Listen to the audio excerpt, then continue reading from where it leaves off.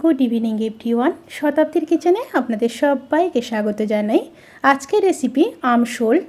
অনেক পুরনো ও traditional recipe. এই গরমে বাজারে যেমন আম পাওয়া যায় ঠিক তেমনই প্রচুর পরিমাণে শোল মাছ পাওয়া যায়।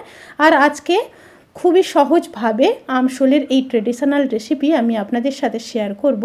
তাহলে চলুন শুরু করা যাক আজকের এই সহজ এবং সুস্বাদু রেসিপি। প্রথমে মাছটাকে ম্যারিনেট করে নেব।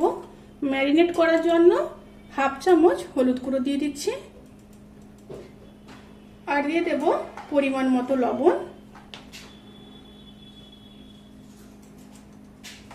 মাছটাকে ভালোভাবে ম্যারিনেট করে 5 থেকে 10 মিনিট ম্যারিনেশনে রেখে দিতে হবে।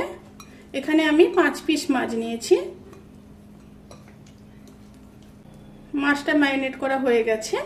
এবার একটা মশলা রেডি করে নেব। একটা ছোট বোল নিয়ে নিয়েছি।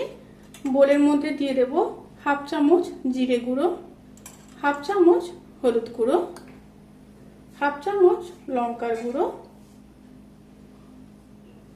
আর দিয়ে দেব হাফ চামচ আদা বাটা।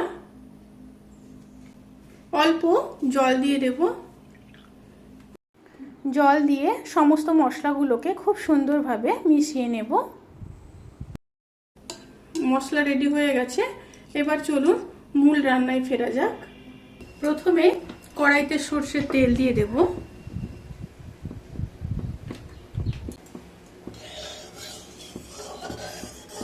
এবার মাছগুলোকে ভেজে নেব।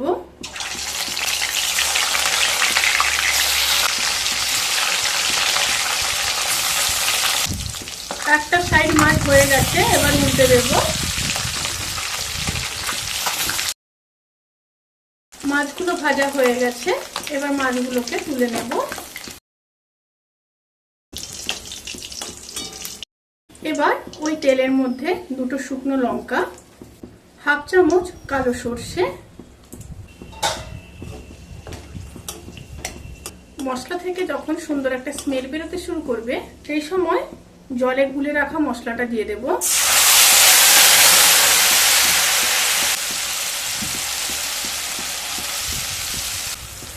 এবার খুব ভালোভাবে কষিয়ে নেব।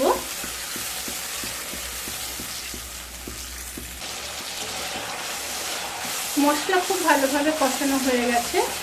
এরপর কেটে ধুয়ে রাখা আম দিয়ে দেব। এখানে আমি একটা মিডিয়াম সাইজের আম ব্যবহার করেছি। আমগুলো দিয়ে মশলার সাথে খুব ভালোভাবে কষিয়ে নেব। খুব ভালোভাবে কষানো হয়ে গেছে। এরপর পরিমাণ মতো জল দিয়ে দেব।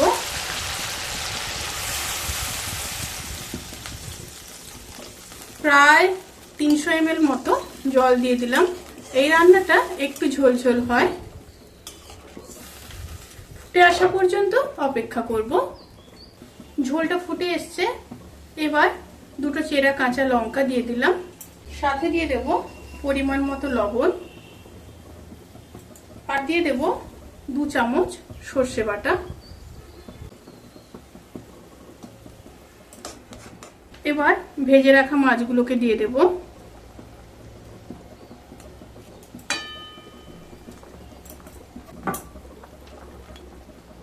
এবার ঢাকা দিয়ে 5 মিনিট লো স্টিমে হতে দেব।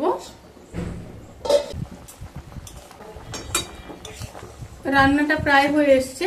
এবার দুটো আমকে একটু গলিয়ে দেব। টকটা এখানে আপনারা নিজেদের মতো করে কমাতে কিংবা বাড়াতে পারেন। এবার দিয়ে দেব 1 চামচ চিনি, অবশ্যই দিতে হবে, আর দিয়ে দেব হাফ চামচ গরম মশলার গুঁড়ো।